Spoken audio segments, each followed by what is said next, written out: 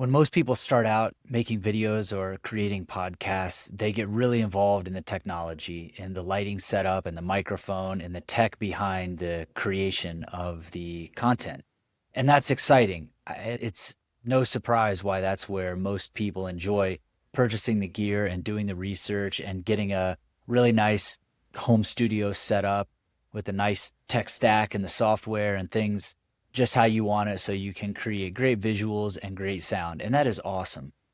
But soon enough, what you realize when you're new and you're starting out and you're making a podcast, you're recording videos, and I see this with people that I work with, the clients that we've had over the years, that that excitement, as with many things, will wear off. And one of the things that I always think about, I remember when I was a teenager, young teenagers, before I could get my driver's license, and we had this riding lawnmower, and I always wanted to cut the grass on the riding lawnmower, and I couldn't drive. I was getting close to being able to taste the days of when I could get my license, but we had this big riding lawnmower. My dad was saying, "Yeah, wait to take the riding lawnmower, use the push lawnmower." And so he would have me cutting the grass, and I would always think to myself, well, one day I'm going to be able to ride this riding lawnmower and, kind of feel like I'm one step closer to being able to drive and have a car. Well, I'm putzing around in the yard on this riding lawnmower. And so finally the day comes and my dad says, all right, you can start using the riding lawnmower. And I thought, this is going to feel like driving. This is going to be amazing. I'm going to be able to ride around in the yard on this riding lawnmower and cut the grass, and I'll feel like I'm driving. And the first time it was awesome. It was just everything I thought. I was like, man, I feel like I'm driving a car. I got this riding lawnmower and I'm bouncing around the yard cutting the grass. And I thought, man, this is awesome. I feel like I'm driving.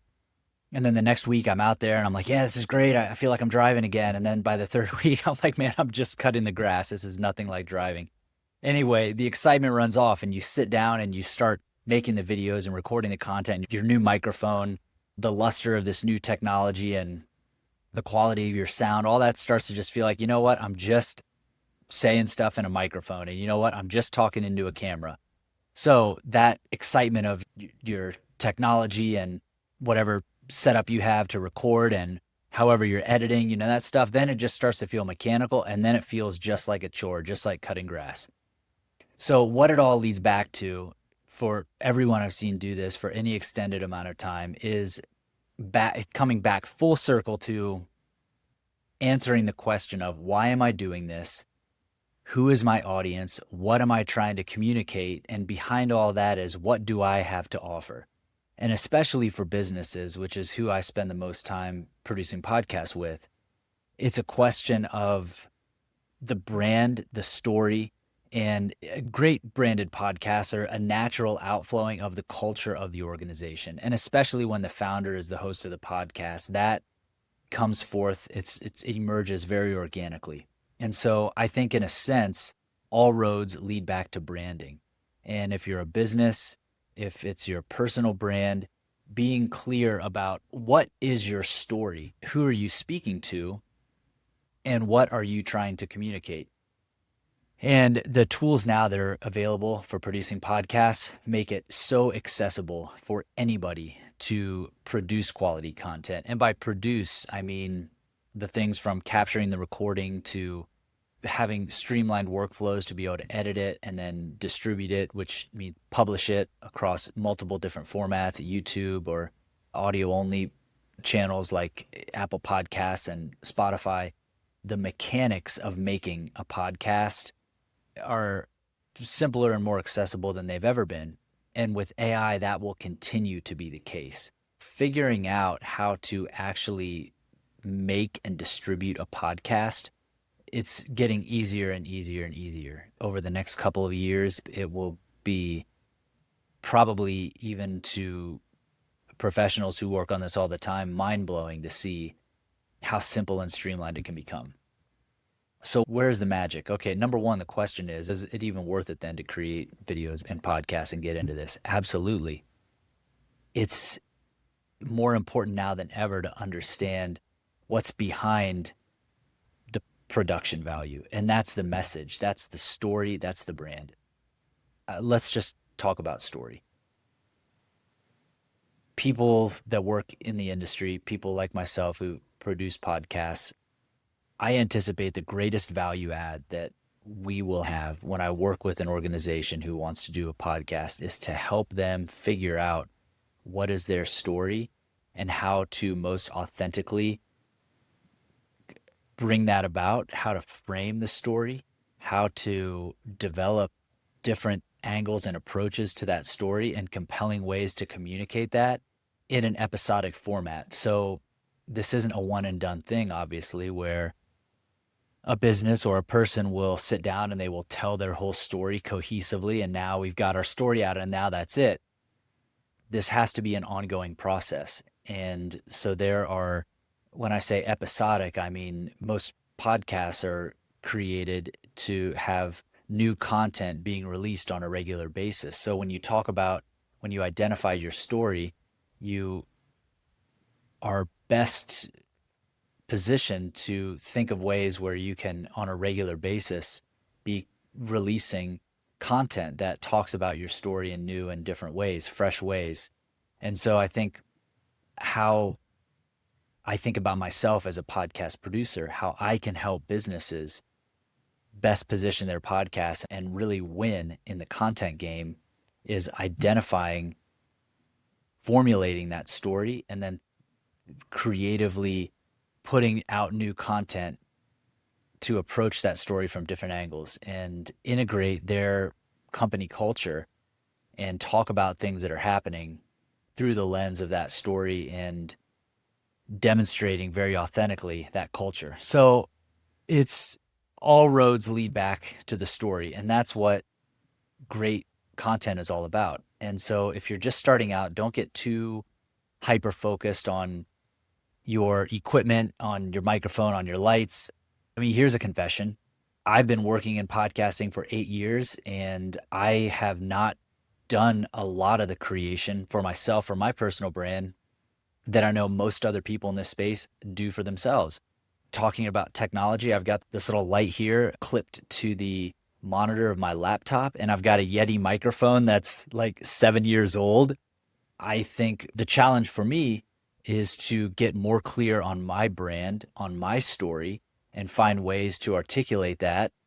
Not that I am not familiar.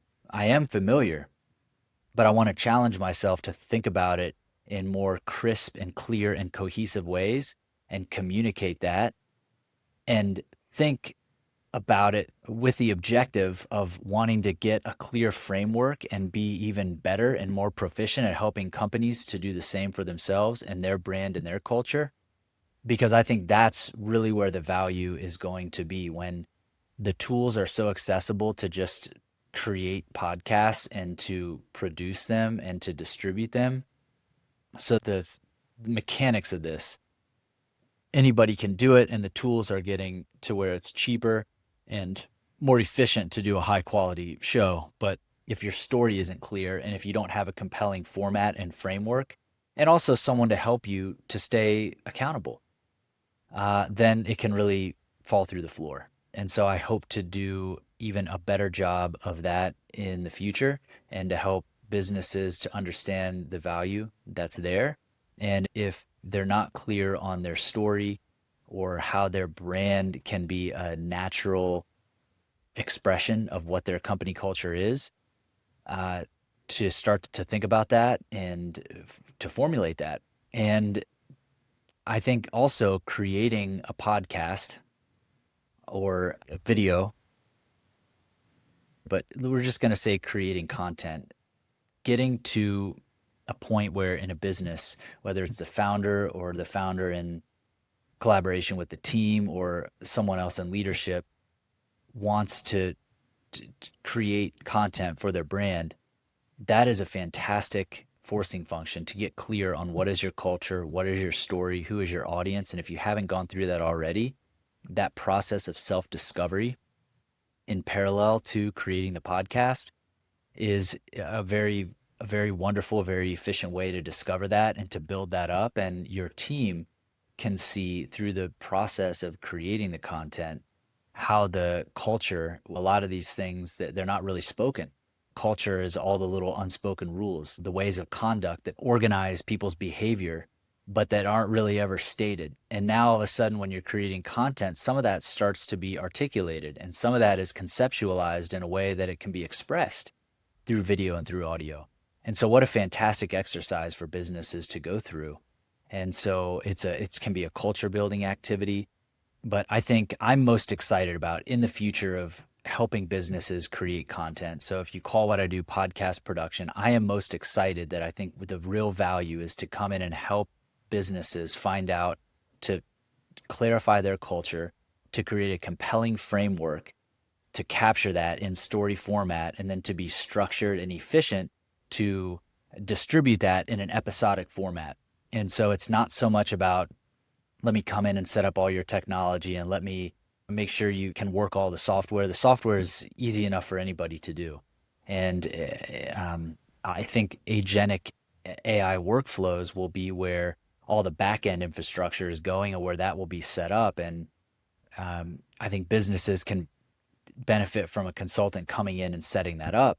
But once that's set up and once that's running, I think the real value and where businesses can really benefit from an ongoing relationship with the producer or consultant is making sure that the content is always anchored in the story, and also allowing there to be some flexibility and some freedom in that story evolving and that story developing. And as things happen in the business and as the market changes and as product and service changes, however the business is involved in serving their audience and serving their community, these things change over time. And so having a high level view of what that is within the organization and how that's reflected through the content is a wonderful area of focus for people who are in the content creation space and who work in podcast production. And so I just wanted to share some of these thoughts. A couple things that I'm focusing on are the agentic AI workflows and using tools like N8N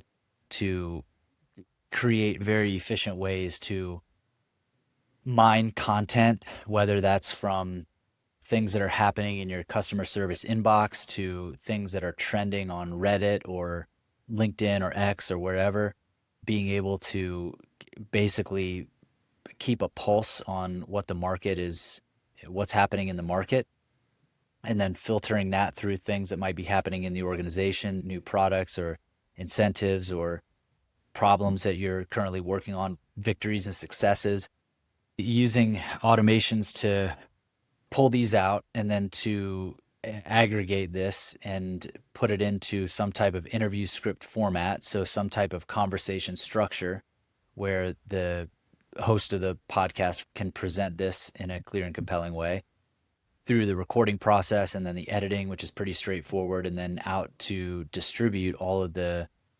content through the various channels. And there's also a piece, I think, where agentic AI workflows can also do things like take raw recordings and generating the transcript and then creating different formats from the transcript.